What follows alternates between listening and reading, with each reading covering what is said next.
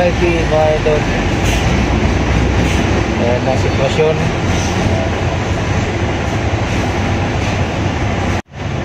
Tayo papasok mga idol.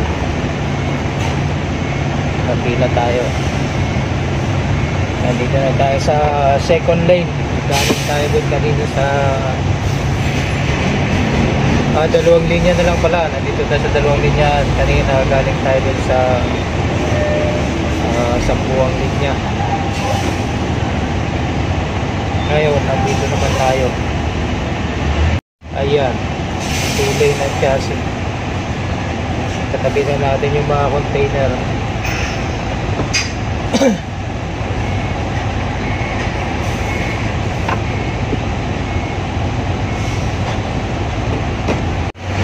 Two lane tayo mga idol. Pasok na MI City.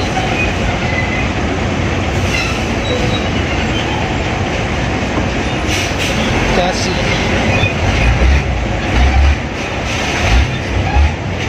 Ito yung buhay bear. Mga truck driver. Kaya naman kayo dyan, huwag nyo naman pakahigpitan yung mga truck driver kasi yung hirap na ginagawa namin para lang sa ating ekonomiya, transportasyon, pagkain, lahat na kailangan truck ang nagiging daan para makarating dyan sa inyong mga lugar-lugar. Kaya sa konting lang naman, kung kaya namang pagbigyan, huwag naman yung sobra nakakalik. At ito ang sitwasyon namin dito para may labas lang sa piyero.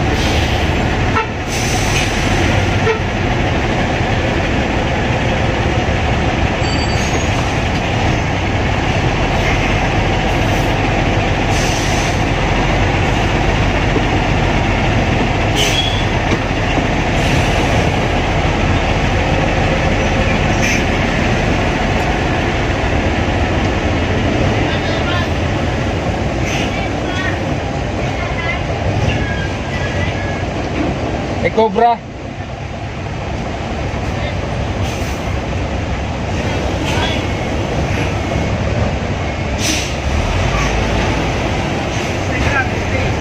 Magkano?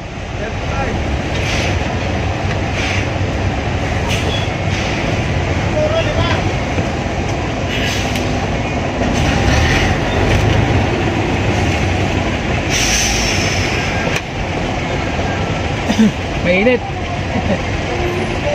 Bibili rin yun, no? Bibili rin.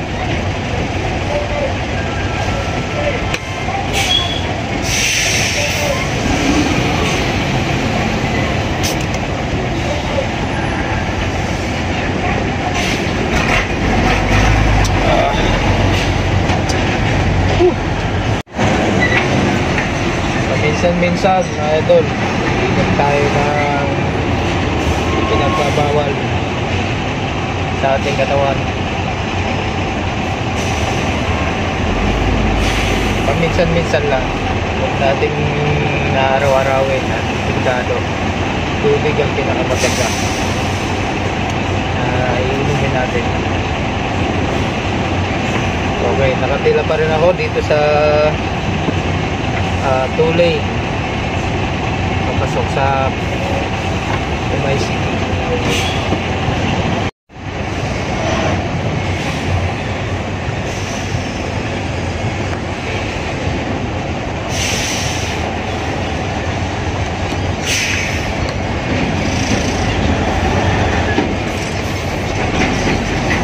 Susunod tayo ng best na tayo ma-violation.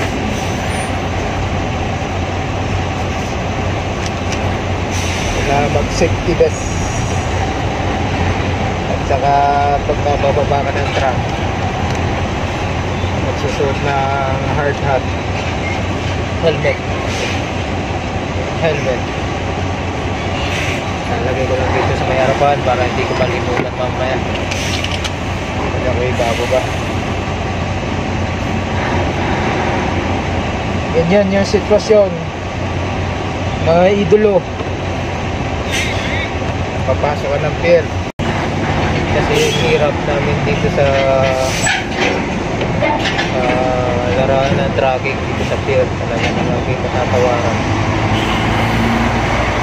Grabe, masasabi ko lang, grabe. Sobrang kahit ayaw mong gawin, gagawin mo kasi ayaw mo makapanakit ng kapwa mo driver, magagawa mo. Pero hindi naman physical, yung kumbaga tagisa ng galing sa daan para makapasok dito. Tsaka yung ano dito, yung talent na isang driver, ang maging isang pier driver talaga hindi matatawaran ang talent. Kung hindi pa ako trailer driver, talagang bilib na bilib ako sa kanila. Siyempre bilang driver gusto natin makapag-upgrade. Ngayon nandito na ako, naranasan ko rin ano yung buhay na trailer driver sa pier, Manila Pier. Kasama tayo dito.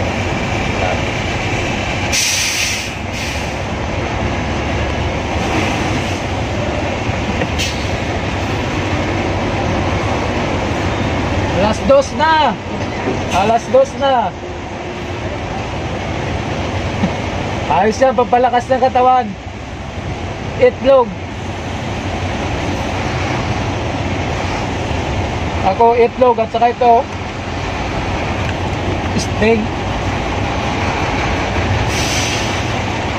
Vlog tayo, vlog. Ba-vlog.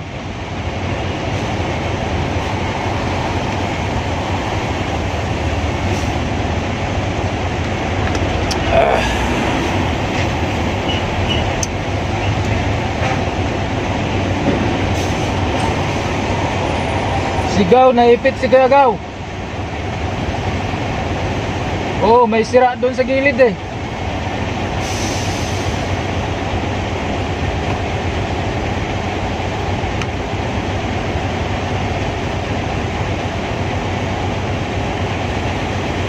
Pila pa rin tayo mga idol.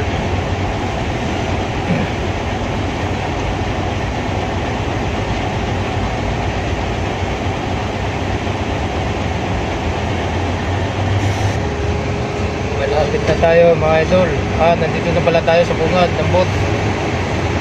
Tayo na sasalang. Boat na yan, boat mga idol.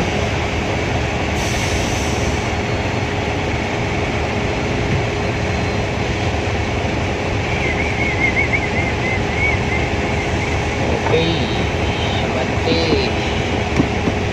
Amante tayo.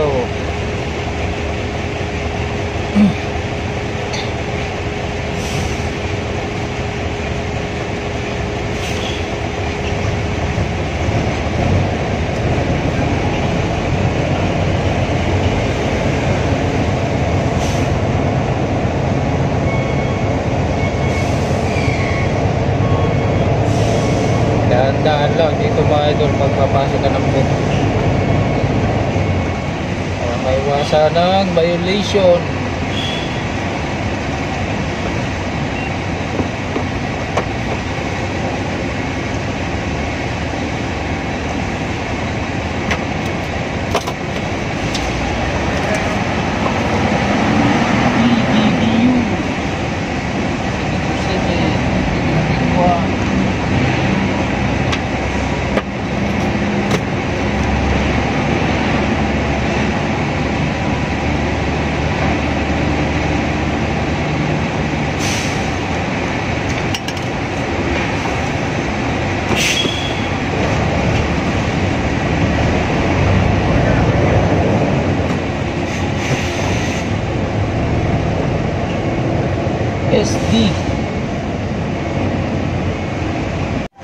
Okay mga idol, nandito tayo ngayon na sa location.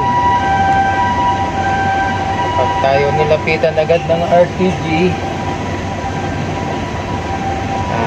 kakarga na tayo.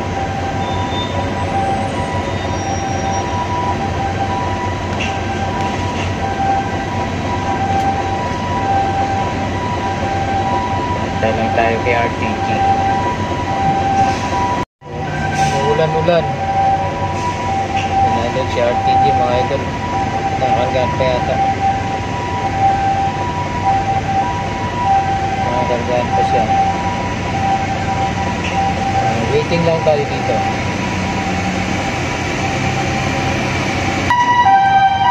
Puntahan na tayo.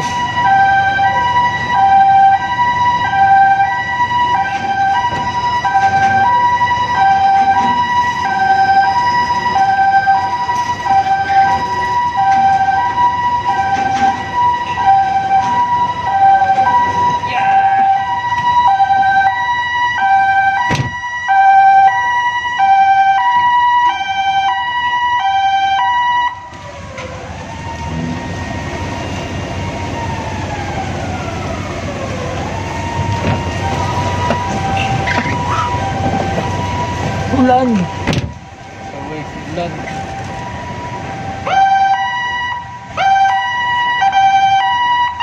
Lakas ulan.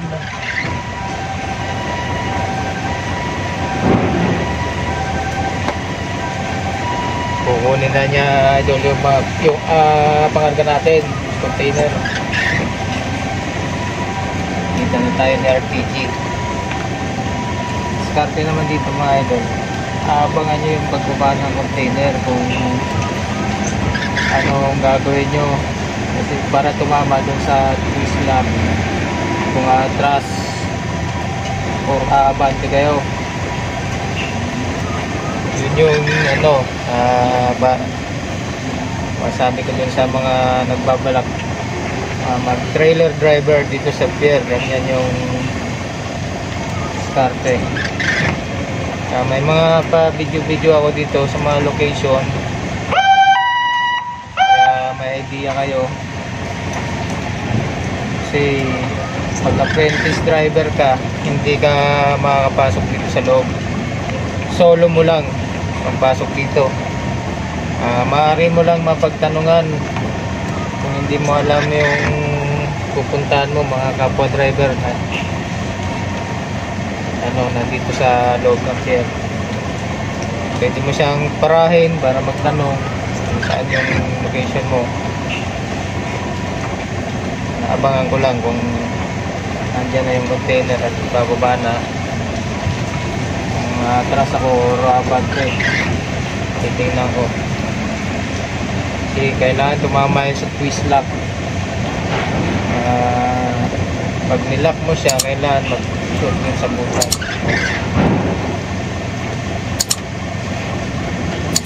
Abangan ko yung container bumaba.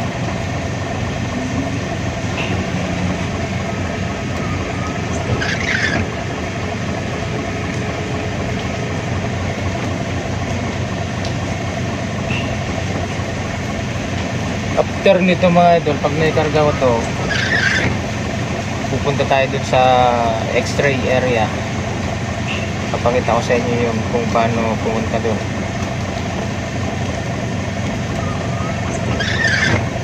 Abangan lang natin. Lapay.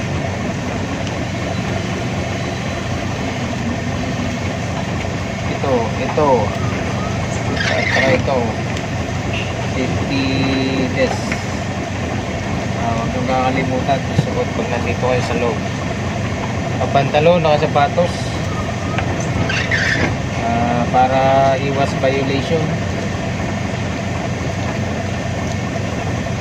Pagka nagka-violation ka dito,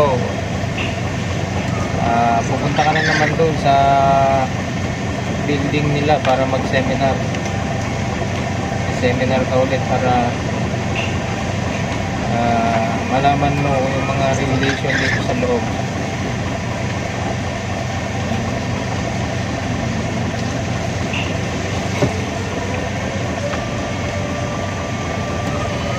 Tahan lang natin.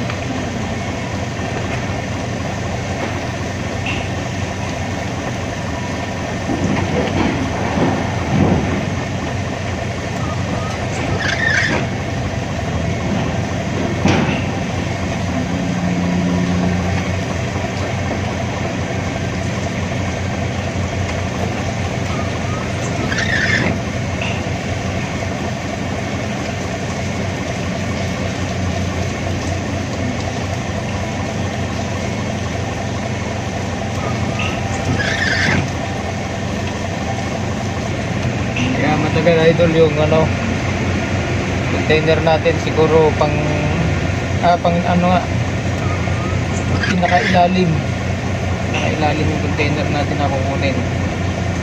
Eh 5 palapag yan. Aalisin niya muna yung lahat ng nakapatong ng RCG bago makuha yung ating container. Kaya matagal. Dapat.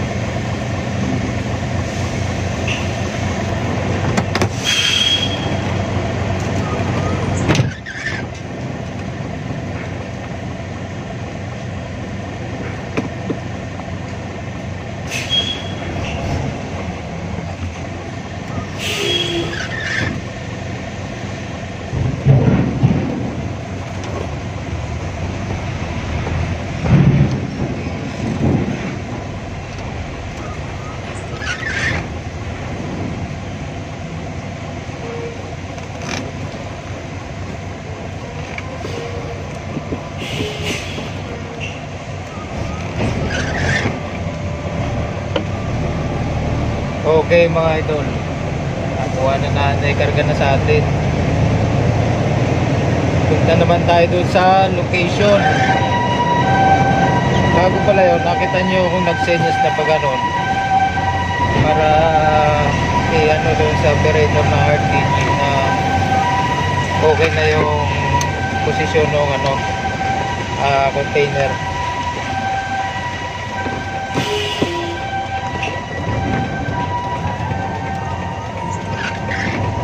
Punta na tayo ngayon doon sa ito, Pikes Trail.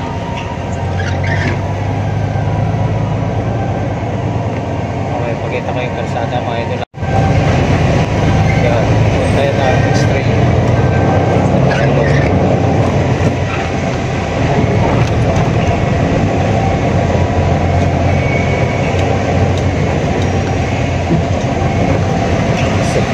Tayo dumaan.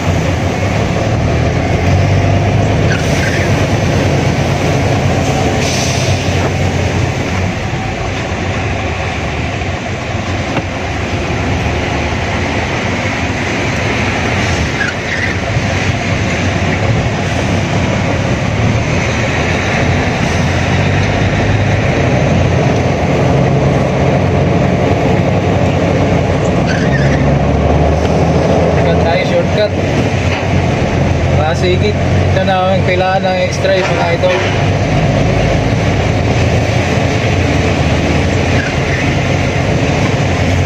Ayan, kailangan na yan ng X-ray. Tayo nakasingit tayo ito. Yung kasi nagpasingit na yung kanina, ang pila nila ay DEA. Ibig sabihin ng DEA ay bubuksan yung likod ng container, titignan yung panganga bago siselyuhan ulit. Ito na mga enkargada ay ano lang,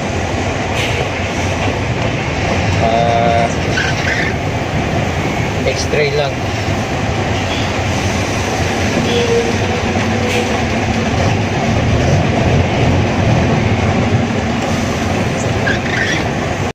Hindi tayo mga idol sa ano, bungad na X-ray mobile. Yan yung mobile dyan sa kanan na kaliwa na kulay puti. Yan yung X-ray mobile. Yan tayo dadaan. Ang bilis takbo natin dyan ay mga 9 to 10 kph 9 to 10.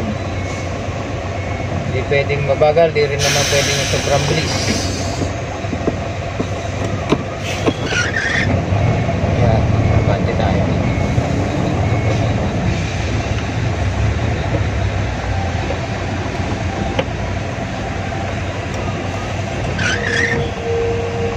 Stop tayo kasi nag-X yung ano, yung green na.